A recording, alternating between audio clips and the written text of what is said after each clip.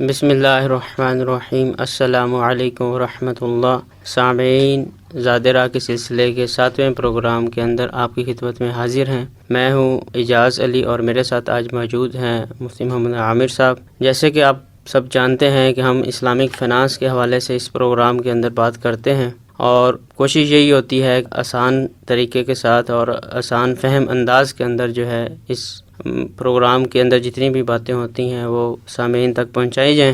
آج ہم بیع السلم یعنی فارورڈ سیل کے اوپر جو ہے وہ بات کریں گے۔ مفتی محمد عامر صاحب، آپ فرمائیے کہ بیع السلم کیا ہے؟ بسم اللہ الرحمن الرحیم۔ بیع السلم فارورڈ کانٹریکٹ کی قدیم شکل ہے جس میں قیمت ایڈوانس میں ادا کر دی جاتی ہے اور جو مطلوبہ سامان ہوتا ہے اس کو بعد میں دیا جاتا ہے۔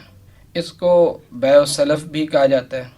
اس کا فائدہ یہ ہوتا ہے کہ جو کاشتکار ہوتے ہیں ان کو پیسے ایڈوانس میں مل جاتے ہیں تاکہ وہ اپنی ضروریات کو پورا کر سکیں، اور جو خریدار ہوتا ہے، گاہک ہوتا ہے، اس کو یہ فائدہ ہوتا ہے کہ مطلوبہ وقت پر اس کو اس کا سامان مل جاتا ہے، تو اس کو سلم کہا جاتا ہے۔ صحیح۔ اچھا، یہ فرمائیے گا کہ آپ صلی اللہ علیہ وسلم سے پہلے یعنی عہد نبوت سے پہلے بھی اس کی کوئی شکل موجود رہی ہے بیع السلم کی، جس کی وجہ سے آپ صلی اللہ علیہ وسلم نے اس کو اجازت دی کہ اس کو جو ہے وہ ہوتے رہنا چاہیے؟ یہ کن لوگوں کے لیے، کون سے ایسے خاص لوگ تھے جن کے لیے اس کو اجازت دی گئی؟ اصل میں اس کی جو پہلے موجود تھی شکل اور آج کل بھی اس کی شکل موجود ہے، وہ کچھ یوں ہوتی ہے کہ لوگ پورے باغات خرید لیتے ہیں، اور باغات خرید لیتے ہیں جبکہ باغات میں اس وقت ابھی پھل بھی نہیں آیا ہوتا، اور کہہ دیتے ہیں کہ جی یہ باغ ہم نے اتنے کا لے لیا۔ تو یہ سلم کی ابتدائی شکل ہے جس کی اسلام نے اجازت نہیں دی ہے، بلکہ یہ کہا ہے کہ آپ پیسے دے دیں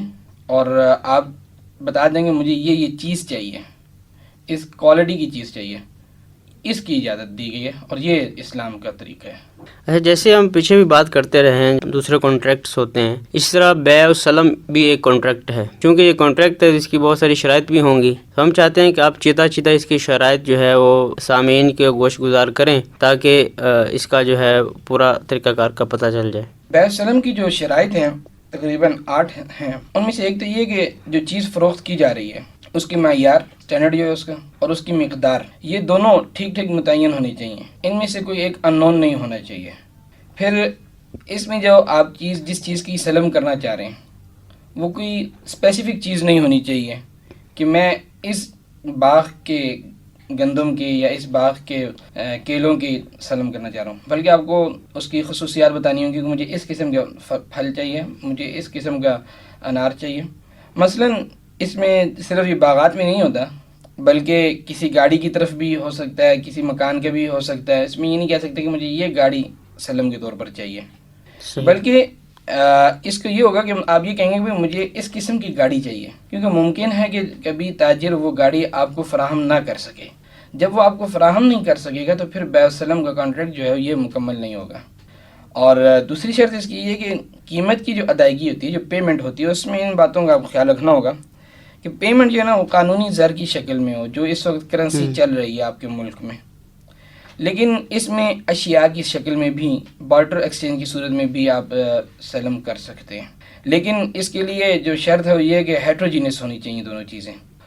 جیسے آپ گندم کی عوض جو کریں، اور قیمت جو ہے نا وہ واجب الادا قرضے جو ہیں، جو قرضے آپ نے دینے ہیں کسی کے، اس کے عوض آپ نہیں کر سکتے بھائی میں نے فلاں سے اتنا قرضہ لینا ہے، اس کے عوض تم مجھے اپنے اتنے کیلے دے دو، اتنے انار دے دو، یا فلاں گاڑی دے دو اس قسم کی، یا اس قسم کا مکان دے دو۔ نہیں، یہ نہیں ہو سکتا۔ اور قیمت کی ادائیگی جو ہوتی ہے، پیمنٹ جو ہوتی ہے، وہ پیشگی ہوتی ہے، ایڈوانس میں ہوتی ہے اور فوری ہوتی ہے۔ تیسری اس کی جو شرط ہے کہ جو آپ نے جہاں چیز آپ نے دینی ہے اس کی مدت اور اس کا مقام متعین ہونا چاہیے کہ یہ کب آپ نے دینی ہے چیز، کتنے عرصے کے بعد آپ نے اس کو یہ چیز دینی ہے، اور کہاں پر دینی ہے، کس جگہ پر آپ نے اس کو دینی ہے۔ اور اگر اس کا مقام کو تعین نہیں کریں گے، جگہ کو آپ تعین نہیں کریں گے کہ آپ نے کہاں دینی ہے، تو پھر اس صورت میں جہاں آپ کا کانٹریکٹ ہوا، جس ایریا میں، جس علاقے میں آپ کا کانٹریکٹ ہوا، اسی علاقے میں آپ کو وہ چیز حوالہ کرنی ہوگی۔ اس حوالے سے آپ سلم میں آپ یہ بھی دے سکتے ہیں، یہ چیز کے حوالے کرنے کے حوالے سے، کہ اس علاقے میں رواج کیا ہے کہ سلم کا جب کانٹریکٹ کرتے ہیں لوگ آپس میں، تو وہ آیا کسی کوئی خاص اسپیسیفک مقام متعین کرتے ہیں، یا جہاں پر کانٹریکٹ ہو رہا ہوتا ہے وہیں پر ہی چیز حوالے کرتے ہیں۔ اسی طرح ایک اور چوتھی شرط جو ہے، اس میں سلم کانٹریکٹ میں جو خریدار ہوتا ہے، گاہک ہوتا ہے، اس کو کوئی آپشن نہیں ہوتا، سوائے اس کے کہ وہ یہ صرف اتنا دیکھ سکتا ہے کہ جو فروخت کنندہ نے، تاجر نے اس کو جو چیزیں دی ہیں، جو چیز اس نے اس سے مانگی تھی، جو اس نے اس کو دی ہے، وہ اس کے اسٹینڈرڈ کے مطابق ہے کہ نہیں، جو اس نے کنڈیشنز بیان کی تھیں وہ اس کے مطابق ہے کہ نہیں۔ اگر نہیں ہے تو پھر یہ اس صورت میں اپنا سودا جو ہے یہ کینسل کر سکتا ہے، اور جب کینسل کرے گا تو اس صورت میں اصل قیمت جو ہے نا واپس لے گا، اس پہ کوئی اضافہ نہیں لے سکتا، وہ کوئی زیادتی نہیں لے سکتا، اگر وہ زیادتی لے گا تو وہ سود ہوگی۔ صحیح۔ اچھا، کانٹریکٹ جب ہو جائے گا سلم کا، پانچویں شرط یہ، جب کانٹریکٹ ہو جائے گا تو جو تاجر ہوتا ہے، جس کو عربی میں بائع کہا جاتا ہے، یہ مطلوبہ سامان مہیا کرنے کا پابند ہوتا ہے۔ جو سامان اس کو کہا گیا، بتایا گیا کہ تم نے، جب یہ کانٹریکٹ ہو گیا، آفر اینڈ ایکسیپٹنس جب ہو جاتی ہے، ایجاب و قبول جس کو عربی میں کہتے ہیں، جب یہ ہو جاتا ہے تو پھر یہ دونوں فریق اپنے اس کانٹریکٹ کو پورے کرنے کے پابند ہوتے ہیں۔ کوئی ایک فریق بغیر کسی دوسرے فریق کی رضامندی سے واپس نہیں ہو سکتا۔ بعض صورتوں میں بائع کو اور بعض صورتوں میں جو خریدار ہوتے ہیں اس کو یہ آپشن ہوتا ہے کہ وہ کینسل کر دے اپنا جو کانٹریکٹ ہوتا ہے۔ البتہ جب یہ کانٹریکٹ کینسل کریں گے تو اس میں دونوں فریقوں کی باہمی رضامندی ضروری ہے۔ باہمی رضامندی میں جب یہ اپنے کانٹریکٹ میں ترمیم بھی کر سکتے ہیں کہ بھئی اپنی کوئی شرائط، اپنی کوئی کنڈیشن تبدیل بھی کر سکتے ہیں، اور اگر چاہیں تو منسوخ بھی کر سکتے ہیں۔ اور جو اچھا، اس صورت میں یہ یاد رکھیے کہ جب بھی کانٹریکٹ کینسل ہوگا تو اس میں جو رقم ادا کی گئی تھی، ایڈوانس میں پیمنٹ کی گئی تھی، وہ آپ کو ایز اٹ از واپس کرنی ہوگی۔ اس میں آپ کو اس بات کی گنجائش نہیں ہوگی کہ آپ اس پہ کوئی اضافہ لے سکیں، کوئی انکریمنٹ لے سکیں، یہ ربا میں آ جائے گا۔ چھٹی شرط جو ہے اس کانٹریکٹ میں اگر تاجر سے کچھ تاخیر ہو جاتی ہے، جس سے آپ سلم کا کانٹریکٹ کر رہے ہیں، تو آپ کانٹریکٹ میں اس کو یہ طے کر سکتے ہیں کہ بھئی اگر کچھ تاخیر ہو گئی تو تمہاری طرف سے اتنا صدقہ دو گے مالی طور پر، کیونکہ جرمانہ تو لے نہیں سکتے۔ یہ ہمارے علماء کرام نے اس بات کی اجازت دی ہے کہ آپ اس کا آپس میں معاہدہ کر سکتے ہیں، وعدہ کر سکتے ہیں کہ یہ وعدہ کرے گا جی کہ اگر میری طرف سے کچھ تاخیر ہو جاتی ہے تو میں چیریٹی فنڈ میں اتنے روپے ادا کروں گا، وہ آپ کی طرف سے صدقہ ہوگا اور آپ کو اس کو ثواب بھی ملے گا انشاءاللہ۔ لیکن اس کا مقصد یہ ہوتا ہے کہ تاکہ آئندہ آپ سے ایسی کوئی آپ کی نیگلیجنس نہ پائی جائے، اگر آپ کی نیگلیجنس پائی جا رہی ہے۔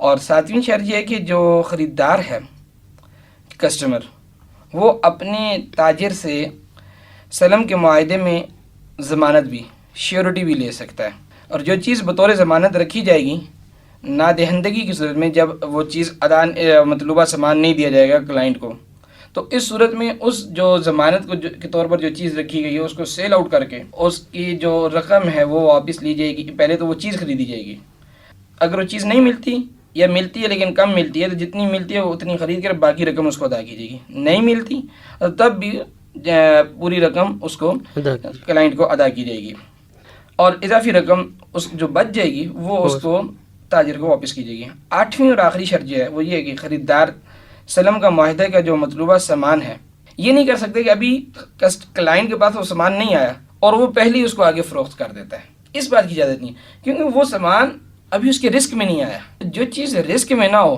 جو چیز جس کی تم مالک نہ ہو، جو حضور صلی اللہ علیہ وسلم نے بھی منع فرمایا کہ جس کی چیز کے تم مالک نہیں ہو اس کو مت فروخت کرو۔ اس طرح کوئی ہوا میں اڑتے ہوئے پرندے کو فروخت کر دے یا پانی میں تیرتی ہوئی مچھلی کو فروخت کر دے، ایک چیز نہیں ہے قبضے میں۔ اب ہوا میں ایک پرندہ اڑ رہا ہے، آپ نے اس کو فروخت کر دیا، خریدار اس کو کیسے قابو کرے گا؟ وہ تو آپ کی اپنی ملکیت میں بھی نہیں ہے، تو اس کے لیے ضروری ہے کہ وہ چیز آپ کی ملکیت میں، اور جب آپ دوسرے کے رسک میں، دوسرے کی ملکیت میں اس کو دے دیں۔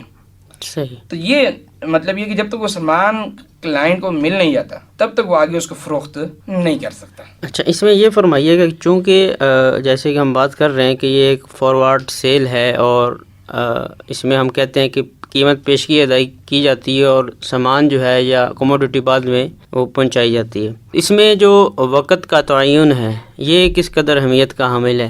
لیکن یہ وقت کا تعین تو بہت اہمیت کا حامل ہے نا۔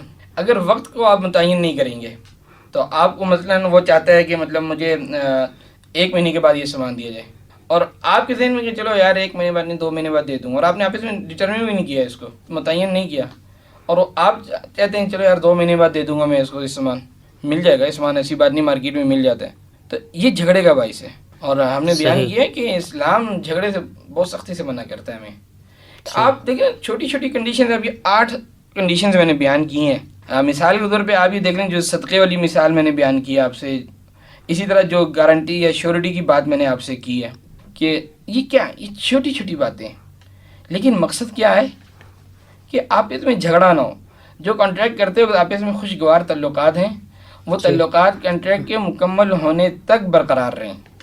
جھگڑا اللہ تعالیٰ نے مسلمانوں کے درمیان میں سخت ناپسند فرمایا ہے.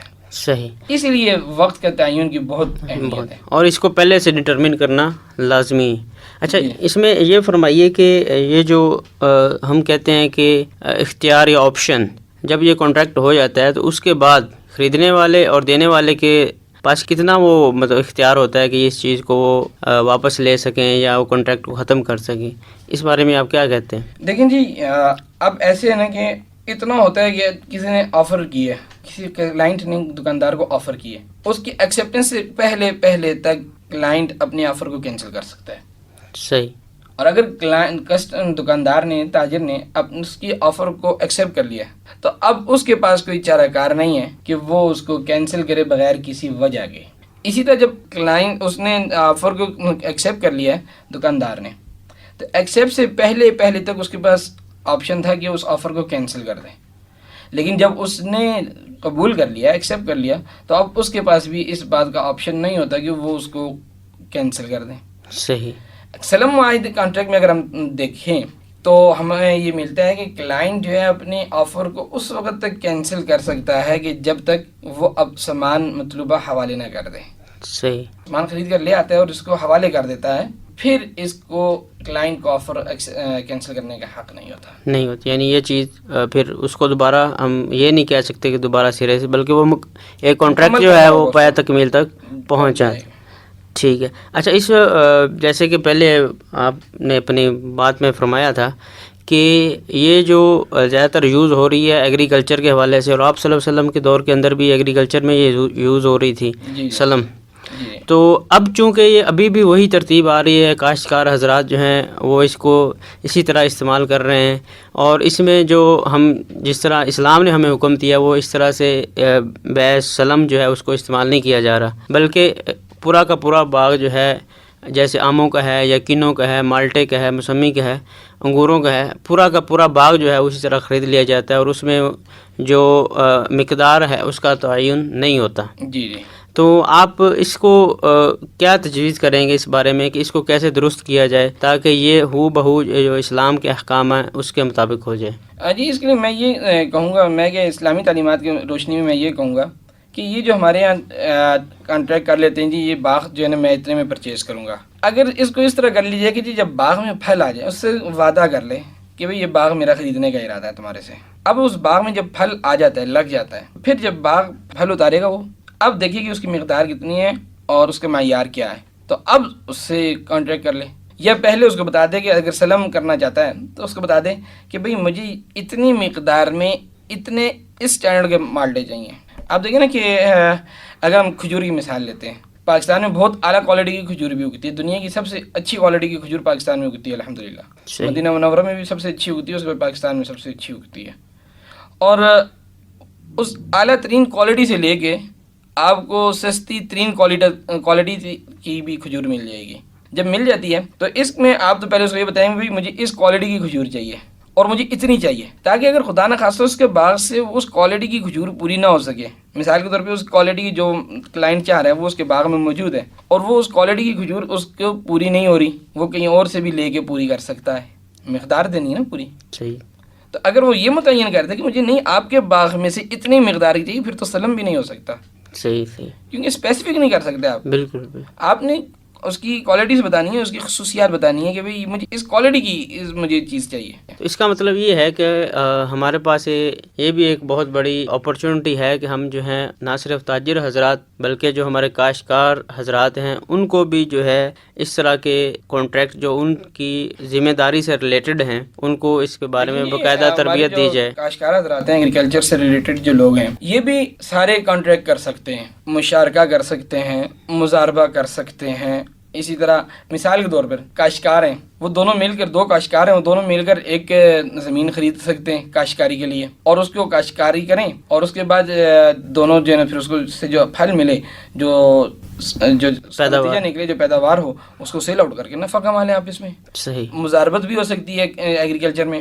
ایک شخص ہے، اس کی پاس پیسے ہیں، وہ زمین خریدتا ہے، وہ سامان خریدتا ہے، وہ سیڈز خریدتا ہے، اور وہ ساری چیزیں خریدتا ہے جو ریلیٹڈ ہیں اس زمین سے کاشتکاری کے لیے، اور کاشتکار اپنی سروسز پرووائڈ کرتا ہے، اور وہ کاشتکار اس کو جناب وہ کرتا ہے، کاشتکاری کرنے کے بعد سیل آؤٹ کرتا ہے. سیل آؤٹ کرنے کے بعد جو پروفٹ ہوگا وہ واپس شیئر کیا جا سکتا ہے. لیکن اس میں سوال پیدا یہ ہوتا ہے کہ وہ اس میں مہارت کے بغیر اور تربیت کے بغیر جب ان کو ان چیزوں کا پتہ ہی نہیں ہے تو وہ کیسے کر سکتے ہیں جب تک ان کی پراپر تربیت کا جو ہے انتظام نہ کیا جائے. بالکل، ان کی تربیت بہت ضروری ہے. اصل میں ہمارے یہاں جو مزاج ہے، معاشرہ ہے، جو ہمارے بزنس مین ہوتے ہیں، جو تاجر ہوتے ہیں، they are very well educated. یہ اچھے تعلیمی یافتہ لوگ ہوتے ہیں عموماً، نہیں بھی ہوں، اگر کوئی مطلب پڑھا لکھا نہیں بھی ہے لیکن وہ سوجھ بوجھ رکھتا ہے.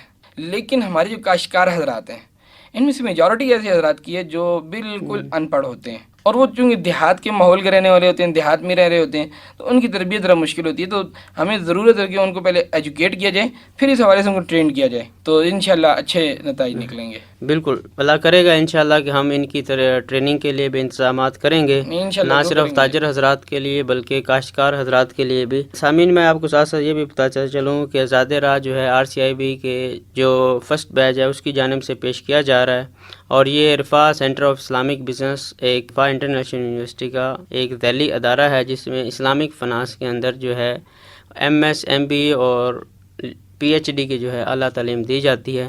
اور اس میں جو ہے آپ ہمیں لکھ بھی سکتے ہیں. ہمارا ایڈریس ہے RCIB 274 Peshawar road, Rawalpindi, Cantt. ٹھیک، میں دوبارہ رپیٹ کر دیتا ہوں. پروگرام زادرہ RCIB 274 Peshawar road, Rawalpindi, Kent.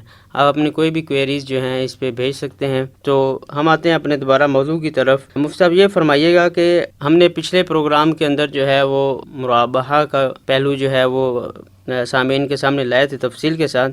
تو آپ فرمائیے کہ سلم اور مرابحہ میں جو ہے کیا فرق ہے جس کی وجہ سے کہ یہ دونوں چیزیں جو ہیں آپس میں مل نہیں سکتی، ایک دوسرے سے جدا ہیں. جی ہاں، سلم میں اور جو مرابحہ میں فرق ہے، جو چند فرق ہیں وہ آپ کو بتاتا ہوں. سلم میں جو ہوتی ہے پیمنٹ ایڈوانس ہوتی ہے، اور سامان جو ہوتا ہے وہ دیر سے دیا جاتا ہے، بعد میں دیا جاتا ہے، اس کے لیے ٹائم پیریڈ رکھا جاتا ہے. جبکہ مرابحہ میں سامان جو ہے ایڈوانس میں دیا جاتا ہے، پیمنٹ بعد میں کی جاتی ہے، چاہے یکمشت کی جائے چاہے انسٹالمنٹ میں کی جائے.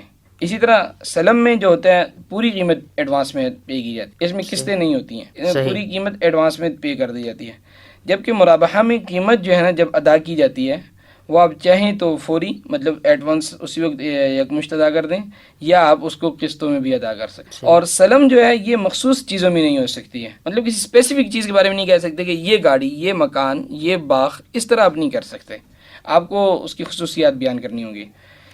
جبکہ مرابحہ میں آپ کسی مخصوص اور موجود چیز کے بارے میں بھی کہہ سکتے ہیں کہ بھئی اس گاڑی کا میں آپ سے مرابحہ کرنا چاہتا ہوں، بھی فلاں شو روم میں جو گاڑی کھڑی ہے، جو موٹر سائیکل کھڑا ہے، یا جو فلاں ایریے میں مکان ہے، میں وہ آپ سے مرابحہ میں خریدنا چاہتا ہوں، یہ آپ کر سکتے ہیں اس میں.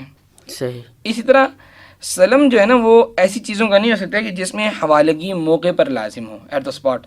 مثلا سلم میں چونکہ ایک طرح سے ادھار ہوتا ہے، پیمنٹ ایڈوانس میں کر دی جاتی ہے، چیز بعد میں آتی ہے. تو اگر آپ جب بارٹر ٹرانزیکشن کریں گے، تو جب آپ سے میں نے بتایا تھا بارٹر ٹرانزیکشن ہو سکتی ہے، جب آپ گندم کی عوض جو کو لائیں گے، تو پھر اس صورت میں آپ کو ایٹ دا اسپاٹ یدن بھی یدن نقد جو ہے نا ٹرانزیکشن کرنی ہوگی، ایک دوسرے سے تبادلہ کرنا ہوگا. اس میں ادھار نہیں ہو سکتا، ایسی چیزوں میں نہیں ہو سکتا. گندم کی عوض آپ کیلے کر سکتے ہیں، تو اس میں آپ تھوڑی سی تاخیر کر سکتے ہیں، کیونکہ وہ 6 چیزیں جو ہے نا گندم کی عوض یہ ان 6 چیزوں میں آتی ہے جو جس کی حدیث میں بھی ممانعت ہے، یہ ربا کے سلسلے میں. اور جو مرابحہ جو ہے وہ ساری چیزوں میں ہو سکتا ہے.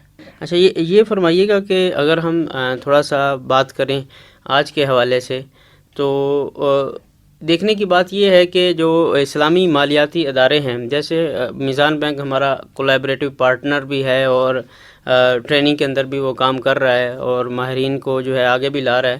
تو اس حوالے سے بھی اور باقی بھی جتنے اسلامی مالیاتی ادارے ہیں جو کہ اس سلم اور مرابہ کو جو ہے مالکاری استعمال کرتے ہیں، اس حوالے سے آپ فرمائیے کہ جو پریکٹس ابھی ہو رہی ہے سلم اور مرابہ کے حوالے سے اسلامی مالیاتی اداروں کے اندر، آپ اس کو کیسے دیکھتے ہیں؟ یہ جو آج کل کے فائنینشیل انسٹیٹیوٹس ہیں اور جو اسلامک بینکس ہیں، یہ لوگ سلم کو فائنینشیل موڈ کے طور پر یوز نہیں کر رہے ہیں، کیونکہ اس میں ان کو فائدہ نہیں ہے. اور جو مرابحہ ہوتا ہے یہ فائنینشیل انسٹیٹیوٹس اور جو بینکس ہیں یہ لوگ کر رہے ہیں. دیکھیں جی، سلم جو ہے نا، جب کوئی بینک سے کرے گا تو وہ بینک سے ادھار پہ کرے گا یا قسطوں پہ کرے گا، اس انداز سے کرے گا تاکہ اس کو یکمشت ادائیگی نہ کرنی پڑے ایڈوانس میں. ہاں، ایک صورت ہے کہ بینک آگے کسی سے سلم کا کانٹریکٹ کر لے، کسی کو بینک نے اپنے کلائنٹ سے مرابحہ کا کانٹریکٹ کیا اور آگے بینک کسی ادارے کے ساتھ، کسی باغ والے کے ساتھ جو ہے نا وہ سلم کا کانٹریکٹ کر کے فوراً اس کو چیز پیمنٹ کر دے اور اس سے چیز لے لے اپنے وقت پر، اور پھر اسی ڈیوریشن کے بعد، جتنی ڈیوریشن اتنی ہی طے کر لے جتنی مرابحہ کے کلائنٹ کے ساتھ کی تھی، اس ڈیوریشن کے بعد وہ چیز اپنے رسک میں لانے کے بعد وہ چیز اپنے کلائنٹ کو دے دیں، تو تب ہو سکتا ہے. اگرچہ سلم میں فائدے بہت ہیں، اگر اسلامی مالیاتی اداروں کو، اسلامک فائنینشیل انسٹیٹیوٹس کو اس بات کا ادراک ہو جائے، تھوڑی سی سمجھ میں آ جائے، تو اس میں کافی اس کو as a financial mode use کرنے میں بہت فائدے ہیں. بلکہ کچھ عرصے سے بعض فائنینشیل انسٹیٹیوٹس نے اس کو ایز اے موڈ یوز کرنا شروع کیا. بعض نے سیپریٹلی بالکل صرف سلم کر رہے ہیں، اس میں بھی کر رہے ہیں، بعض نے سلم اور مرابحہ کے ساتھ ملا کر ایک موڈ بنا لیا اور اس کے ساتھ بھی کر رہے ہیں، تو اچھے نتائج اس کے نکل رہے ہیں. اچھا، یہ فرمائیے کہ جیسے ابھی بھی ہم بات کر رہے تھے کہ جو اسلامی مالیاتی ادارے ہیں جیسے میزان بینک اور دوسرے اسلامی مالیاتی ادارے ہیں، ابھی یہ جو ہیں کام کر رہے ہیں پرائیویٹ سیکٹر میں، کارپوریٹ سیکٹر میں، اور ٹین کے جو پروڈکٹس ہیں ان حوالے سے. ابھی اسلامک بینک جو ہے کاشتکار حضرات ہیں، جو ملک کی آبادی کا 70% حصہ جو ہے وہ کاشتکاری سے منسلک ہے، تو وہ پورا ایک جو ایریا ہے بالکل خالی پڑا ہے، جس میں نہ صرف اسلامی بینکس جو ہیں وہ کام نہیں کر رہے بلکہ ایسی کوئی پروڈکٹس بھی جو ہیں وجود کے اندر نہیں. تو کیا آپ نہیں سمجھتے کہ بینکس جو اسلامی مالیاتی ادارے ہیں ان کو اس فیلڈ کے اندر بھی آ کے کام کرنا چاہیے تاکہ وہ بھی لوگ جو ہیں وہ حلال اور طیب جو ہے روزگار کر سکیں؟ جب فائدہ ہے تو اسلامی فائنینشیل انسٹیٹیوٹس کے فیلڈ میں آنا چاہیے، اور جب ضرورت بھی ہے تو اس میں میں سمجھتا ہوں بالکل جب ضرورت ہے تو ضرور آنا چاہیے، بلکہ غور کرنا چاہیے. ایک میدان ہے اسلامی فائنینشیل انسٹیٹیوٹس کے لیے، ایک خالی میدان پڑا ہوا ہے جہاں پہ اگر یہ اپنا پروفٹ رن کرنے کے لیے بہت اچھی کارکردگی پیش کر سکتے ہیں. صحیح. تو آپ کیا تجویز کریں گے کہ ابھی تک جو اس طرف نہیں آ رہے اس کی کیا وجہ ہے؟ کی وجہ میں کیا بیان کر سکتا ہوں، ممکن ہے ان کو اس بات کا ادراک نہ ہو، اتنی انفارمیشن اس حوالے سے نہ بھی ان کے پاس آئی ہوں، یا بھی انہوں نے اس حوالے سے نہ سوچا ہو. سوچنا چاہیے بہرحال اگر نہیں سوچا. جی سامعین، تو اسی کے ساتھ ہم اپنے انجام کو پہنچاتے ہیں پروگرام کو، اور یہ ساتھ بات کرتے ہوئے کہ انشاءاللہ اسلامک مالیاتی جو ادارے ہیں وہ نہ صرف یہ ہے کہ کارپوریٹ سیکٹر میں اپنی خدمات سر انجام دیں گے، بلکہ جو ہمارا ایگریکلچر سیکٹر ہے اور ایگریکلچر جو انڈسٹری ہے وہ بھی اس سے جو ہے اسلامک جو مالیاتی اداروں کی پروڈکٹ سے مستفید ہوں گے. آپ مجھے اعجاز علی اور ہمارے مہمان مفتی محمد عامر صاحب کو پروگرام زادِ راہ سے اجازت دیجیے. انشاءاللہ اگلے پروگرام کے ساتھ آپ کی خدمت میں پھر حاضر ہوں گے. والسلام علیکم ورحمۃ اللہ.